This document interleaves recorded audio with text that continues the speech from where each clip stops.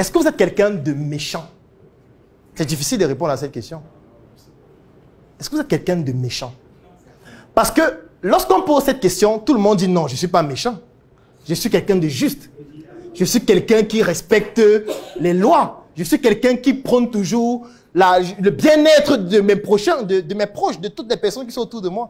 Mais en fait, il y a les méchants. Et là, je suis désolé, il y a des personnes méchantes, même inconsciemment. Mais personne n'assume qu'il est méchant. C'est difficile de voir quelqu'un qui dit qu'il est méchant. Moi, j'ai déjà eu à discuter avec des condamnés à mort. Discuter avec des personnes qui sont en prison. Parce que moi, j'ai allé en prison régulièrement. Discuter avec des personnes qui ont tué quelqu'un. Et qui t'expliquaient que il fallait le faire. Oui. Lui, il n'estime pas que lui, il est méchant. Elle n'estime pas qu'elle est méchante. Non. Elle t'explique et c'est logique. C'est cohérent. Elle te dit non. Il fallait que je tue cette personne. Je vais vous prendre un cas de figure de quelqu'un qui a tué une autre. Ce sont des Camerounais. D'ailleurs, que régulièrement, même sur Internet, on en parle. Ce sont des Camerounais qui sont aux États-Unis, un homme et une femme. Et le monsieur vivait aux États-Unis depuis 10 ans. Comme il ne veut pas se marier avec les personnes qui sont aux États-Unis, parce qu'on sait pourquoi, il est venu au Cameroun. Il a trouvé sa femme au Cameroun. Il a fait les papiers de sa femme. Ils sont partis aux États-Unis après s'être mariés au Cameroun. Ils arrivent aux États-Unis, il avait une grande villa, il avait beaucoup de biens, il avait un patrimoine de près d'1 million de dollars. Ils sont restés en couple peut-être pendant 1 an, 2 ans. Après, la femme commence à le tromper, sans se cacher. Et que parfois même dans sa maison. Oui. Et le gars, à un moment donné, il ne supportait pas. Qu'est-ce qui se passe?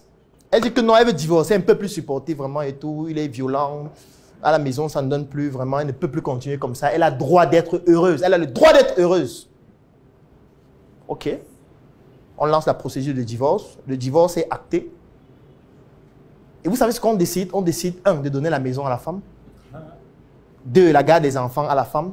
3, chaque mois, il doit lui verser l'équivalent de pratiquement 5 000 $ chaque mois. Sans vivre dans la maison qu'il a payée avec un crédit de pratiquement 10 ans. Dans cette maison, elle va vivre avec ses enfants et un autre homme. Vous savez ce qu'il a fait? Il est écrasé avec une voiture. Oui. Il a pris une voiture. Il avait déjà analysé ses mouvements. Il a roulé, il l'a écrasé. Il est allé en prison. Et quand tu lui parles, tu demandes d'expliquer ça. Il t'explique ça de manière cohérente, logique, simple. Il te dit que j'avais 2 choix. Soit je rentre au Cameroun, parce que c'est quand même un peu difficile de donner 5 000 € à ta femme qui va coucher avec un autre homme dans ta maison chaque mois pour toute la vie. Donc, soit il rentre au Cameroun et ça coupe ça. Rentrer au Cameroun veut dire que donc, je lis l'heure à nouveau, donc je reprends à 0 ma vie. Soit je reste là-bas et puis je lui permets d'être heureuse avec son mari et mon argent dans ma maison. Soit je fais qu'on paie nous deux. Il la tue. Lui, il a choisi la 3e option. Et lui, il trouve que c'est normal. Il n'a pas de problème à être en prison. Il est en prison au calme, il n'a pas de souci. Quand tu lui demandes de raconter l'histoire, il raconte posément. Quand tu lui demandes s'il est méchant, il dit que mais comment tu dis que c'est méchant? Entre nous deux, qui est méchant? Lui, il voit que c'est elle qui était méchante. Et il a sauvé le monde de quelqu'un qui était méchant pour l'humanité. En la tuant. Bon, je vais prendre un autre exemple. Les soldats qui sont au nord-ouest, ou qui sont au nord, qui tuent les terroristes, ils sont méchants ou ils sont gentils? Posez-vous cette question aussi. Quand un soldat a l'arme, il voit un terroriste, encore qu'on devrait dire supposé, parce que tu peux avoir quelqu'un en route, tu sais directement que c'est un terroriste. Tu times, est-ce que tu es méchant? Ou est-ce que tu es en train de protéger ton territoire? Parce que si tu poses la question à un soldat, qui a tué peut-être 1000 personnes, et il y en a plusieurs que je connais, qui a tué plus de 500 personnes, quand tu poses cause avec lui, il dit non, Claudel, on doit défendre le territoire. Donc tu veux que les terroristes viennent nous envahir? Non. J'ai tué pratiquement 15 le mois dernier. Oui, il y avait même un petit de 15 ans. Il dit, petit frère, je vais te montrer. 2 balles dans la tête. Oui. Il te montre les photos de quelqu'un qui l'a tué en étant souriant. Il dit que le mois prochain, je repars là-bas. Je suis en congé pour 2 semaines. Il va faire mal quand il remonte là. Que le gars, c'est son métier, non? Son métier, c'est tuer les gens. Chaque soir, il doit compter que tu as... On pose les questions. Tu as tué combien de personnes aujourd'hui? Il dit 17. On dit, mon frère, on a dit que c'est 20, non, mon frère? Tu dors sans que tu veux même. Va travailler. Reviens avec 3 corps ici. Il doit se lever à 2 heures, aller tuer rapidement 3 personnes et revenir. La guerre, ce n'est pas l'amusement. Hein. La guerre, c'est violent. Quand ils voient les gens dire non, il faut qu'on fasse la guerre. Attends, mon frère. Faut quoi? La question, c'est est-ce qu'ils sont méchants? Est-ce que quelqu'un qui passe sa vie à tuer les gens est méchant? Bon, quand il dit tuer, vous voyez ça vraiment de manière très, très violente. Je vais prendre un autre cas de figure. Moi, je connais des hackers. Leur travail au quotidien, c'est de pirater les comptes bancaires des gens. C'est là que leur travail, surtout pendant les fêtes comme ça. Donc, son travail, c'est qu'il est assis sur sa machine. Tu as 2 millions dans ton compte, il pirate ton compte, il enlève 1 900 000, il vit dans son compte. Il fait sa fête avec. Quand tu lui dis que est-ce que tu es méchant? Il dit toi aussi, Claudel. Tu ne vois pas que les banques nous ont déjà trop volé. Depuis plus de 50 ans, les banques nous volent. Il faut aussi que quelqu'un rétablisse la justice et l'équité. Oui. On ne peut pas voir des gens qui sont là, ils nous volent comme ça, non. Aujourd'hui, avec mes compétences en informatique, je hack les banques et je vole un peu d'argent. Mais en fait, c'est la loi. Mais toi, ton compte bancaire là, peut-être c'est le dernier, je vais dire, c'est ta dernière épargne qui te restait pour vivre peut-être encore pendant 6 mois. Comment tu vas faire? Tu crois que la banque va te rembourser? Non. C'est difficile. Les cas de figure où la banque te rembourse sont très rares. Ils vont dire que madame, on vous avait dit de sécuriser votre carte. On vous avait dit de protéger vos comptes, vos codes secrets. Oh madame, comment on va le faire? Le banquier te dit qu'on va faire comment? Tu viens chez lui en croyant que, en sachant que c'est le seul qui peut résoudre. Lui, il te dit qu'on va alors faire comment? Tu t'imagines si tu arrives à l'hôpital, le médecin te consulte, il te demande d'aller faire les examens, tu fais les examens, tu viens avec les résultats. Il dit, oh là là, madame, oh là là, aïe, aïe, aïe, aïe, aïe. Le médecin, il dit que madame, ce qu'il lit là, aïe. Ouf, c'est trop grave, c'est trop grave. En fait, depuis que je suis médecin, depuis 20 ans, c'est le premier cas que je vois. Et en fac de médecine, on nous avait expliqué que c'est 100% de décès.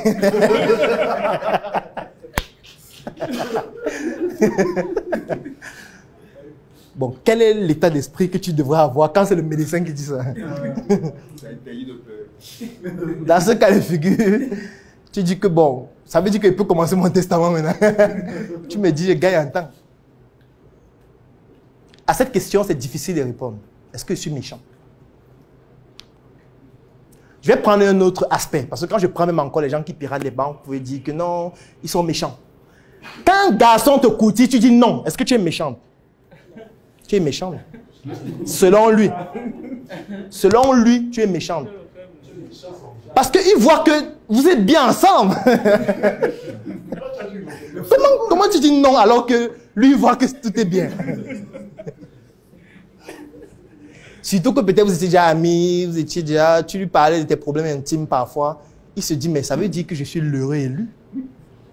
Il dit directement que vraiment, belle marquise, je vous aime. Tu dis que mon type, tu es mon meilleur ami. Tu viens de me briser le cœur. Lui, pour lui, tu es méchant. Parfois, ça peut même devenir sa source de motivation entrepreneuriale pendant toute sa vie. Maintenant, imagine le nombre de garçons que tu as barrés depuis que tu es petit. Le nombre de drames que tu as créés. Le nombre de personnes qui se sont suicidées parce que tu les as barrés. Est-ce que c'est juste? Comment tu peux faire en sorte que les gens se suicident? Est-ce que c'est normal? Est-ce que c'est juste? Est-ce que tu sais qu'il y a des gens qui sont peut-être morts aujourd'hui à cause du fait que tu aies dit non? Tu vois, tu ne te rappelles même plus parce qu'ils sont nombreux. Donc, en fait, qui est donc méchant? Qui est méchant? Bon, on va laisser ce domaine. On prend un autre domaine. Tu es un entrepreneur très excellent dans ton domaine. Tu es le magicien. Tu fais jaillir l'eau partout. Sauf qu'avant toi, il y a quelqu'un qui le faisait, mais pas avec un niveau de finesse identique à ce que tu fais aujourd'hui. Avec ce que tu fais, on ne le contacte plus. On dit que, mais regarde ce que l'idiot là faisait ici. En plus, c'était même plus cher. Non, c'est bon. Maintenant, nous, on a notre magicien, on va travailler avec lui. Tu es méchant. Est-ce que tu sais qu'il avait une famille? Il avait déjà 4 enfants, 2 femmes. Il savait qu'avec son business, il gagne ses 1,5 million par mois pour s'occuper de sa famille, de sa mère, de tout. Toi, avec ton talent, tu es venu faire en sorte que lui n'ait plus de travail. Tu crois qu'il sera content de toi? Tu crois que quand il va te voir travailler, il va te voir dans un reportage à la télévision, il va dire, waouh, le magnicien là, c'est un gars fort. Hein? Non, il a envie de t'abattre même, parce que lui trouve que tu es méchant. En fait, pourquoi je le dis? C'est pour dire que tout le monde est méchant. C'est juste que parfois, vous ne prenez pas suffisamment conscience du tort que vous causez aux gens, même inconsciemment. Vous causez du tort aux gens. Si régulièrement tu achetais un produit chez une femme, chaque mois tu achetais le produit chez elle, tu lui faisais un chiffre d'affaires de 50 000 par mois, et puis du jour au lendemain, tu changes de fournisseur, tu lui crées du tort. Parce que les 50 000, elle avait déjà planifié ça dans ses dépenses, planifié ça dans ses activités. Elle savait que chaque mois, la dame ci va venir me donner 50 000. En un an, ça fait 600 000. 600 000, ça peut peut-être payer mon loyer. Ça peut peut-être gérer la scolarité de mon enfant chaque année. Je sais déjà qu'elle, là, elle paye la scolarité de mes enfants avec tout. Maintenant, elle, parce qu'un matin, elle s'est levée, comme ça, elle décide de changer de fournisseur. Est-ce que c'est juste? Elle n'est pas méchante, cette femme? L'enfant, mon enfant va me regarder comme moi. Vous allez me dire, non, c'est mon libre arbitre, je choisis ce qui me plaît. Oui, en choisissant ce qui te plaît, tu crées du tort aux autres. Oui. Parce que peut-être à cause de ça, l'enfant va maintenant travailler à la boutique avec elle. Il ne va plus pouvoir fréquenter. La principale raison pour laquelle tes projets ne fonctionnent pas, c'est parce que tu manques de discipline. La compétence, l'expérience, le talent, le savoir-faire s'arrête là où la discipline commence. Lorsque tu manques de discipline, il est impossible de réaliser quoi que ce soit. Qu'importe les moyens dont tu disposes, qu'importe ton relationnel, qu'importe tes prédispositions et qu'importe toutes les ressources que tu vas mettre en jeu. Je l'ai compris à mes dépens durant ces 10 dernières années de mon expérience entrepreneuriale. 2 entrepreneurs qui vont lancer le même projet, celui qui réussira à se développer sur le long terme sera celui-là qui aura conservé une discipline sportive avec une résilience sans faille. Si tu prends l'engagement en 2025 de réaliser une vidéo par jour et que tu réussis à le faire pendant les 365 jours de l'année, je peux te garantir qu'en 2026, tu auras plus de notoriété, tu auras plus de visibilité, tu auras gagné plus de marchés, tu auras eu plus de clients et tu seras passé à un autre niveau, même si dans tes vidéos, tu racontes des bêtises. Parce que comme je le disais, la compétence, l'intelligence, l'expérience, le savoir-faire s'arrête là où la discipline commence. La discipline est tellement puissante qu'elle est plus importante que le talent. Oui, vous pouvez être talentueux, vous pouvez être un génie, mais si vous n'êtes pas discipliné dans ce que vous faites, il sera impossible pour vous d'atteindre les objectifs que vous vous êtes fixés pour cette année 2025. C'est donc la raison pour laquelle nous avons décidé de concevoir un programme pour vous accompagner à être beaucoup plus discipliné. Parce qu'on ne passe pas d'indiscipliné à discipliné sans une transition où on vous impose cette discipline, comme dans l'armée. Si vous êtes quelqu'un d'indiscipliné, pour devenir discipliné, on doit vous imposer la discipline.